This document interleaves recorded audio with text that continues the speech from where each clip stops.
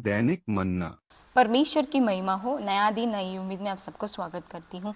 आज के ध्यान के लिए हम पढ़ेंगे भजन संगीता 112वां अध्याय, उसका दूसरा वचन। उसका वंश पृथ्वी पर पराक्रमी होगा, सीधे लोगों की संतान आशीष पाएगी। तो यहाँ पर परमेश्वर का वचन इस तरीके से कहता है, उसका वंश पृथ्वी पर पराक्रमी होगा। किसका वंश? तो हम उसका पहला वह वचन देखते हैं कि क्या ही धन्य है वे पुरुष जो यहोवा का भय मानता है और उसके आज्ञाओं से अति प्रसन्न रहता है।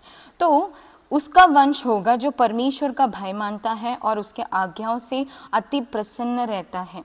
तो हमें परमेश्वर के विश्वासियाँ हमें कैसे रहना है? परमेश्वर का भय मानना है, उसके आज्ञाओं से अति प्रसन्न होकर उसके आज्ञाओं को हमें चलना है, उसके अनुसार अपने आप को चलने के लिए समर्पण करेंगे। तो परमेश्वर ने, यदि हम उस पूरे अध्याय को, परमेश्वर ने उसके ऊपर उसके डर भयों को किस तरीके से परमेश्वर आशीष करता है, ये हम देख पाते हैं।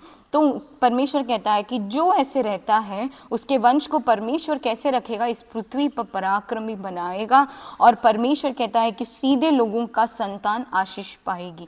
तो हमें हमारे प्रतिदिन के जीवन में कैसे रहना है? परमेश्वर के वचनों के अनुसार हमें अपने आप को समर्पण करना है, उसके अनुसार हमें जीने के लिए जब हम अर्पण करेंगे तो परमेश्वर ने हमारे लिए जो जो आशीषें रखी है वो निश्चय हमारे जीवन में प्राप्त होगा और एकदम सुखी के साथ हम एक जीवन जिएंगे। और परमेश्वर के नाम की महिमा के लिए, हम परमेश्वर के लिए जब हम एक जीवन जीते हैं तो हम आशीष पाएंगे, हमारा संतान आशीष पाएगा और हमारे द्वारा परमेश्वर की नाम की महिमा और परमेश्वर के राज्य बनाएगा। आमीन। तो हमें भी अपने प्रतिदिन के जीवन में परमेश्वर के वचनों को रखकर हमें प्रतिदिन के जीवन में जब हम जिएंगे तो निश्चय परमेश्वर ने जो जो आशीषें धर्मियों के लिए रखा है वो हर एक आशीषों को परमेश्वर हमारे जीवनों में पूरा करेगा।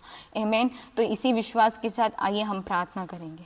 स्तुतियों परमेश्वर, इस अच्छे समय के लिए हम आपको धन्यवाद करते रह जा। परमेश्वर, जैसे हमने वचनों में पढ़ा, परमेश्वर आपका भय मानकर, परमेश्वर आपके परमेश्वर हर एक वचनों के अनुसार चलने वाले इंसान के परमेश्वर उसके परिवार को, उसके वंश को, उसको किस रीति से आप आशीष करेंगे अगर कर परमेश्वर हमने देखा है। राजा परमेश्वर, आपके मार्ग में चलने के लिए हमें सहायता अनुग्रह कीजिए। आपके हाथों में हमें सौंपते हैं, चलाइए, अगुवाई कीजिए।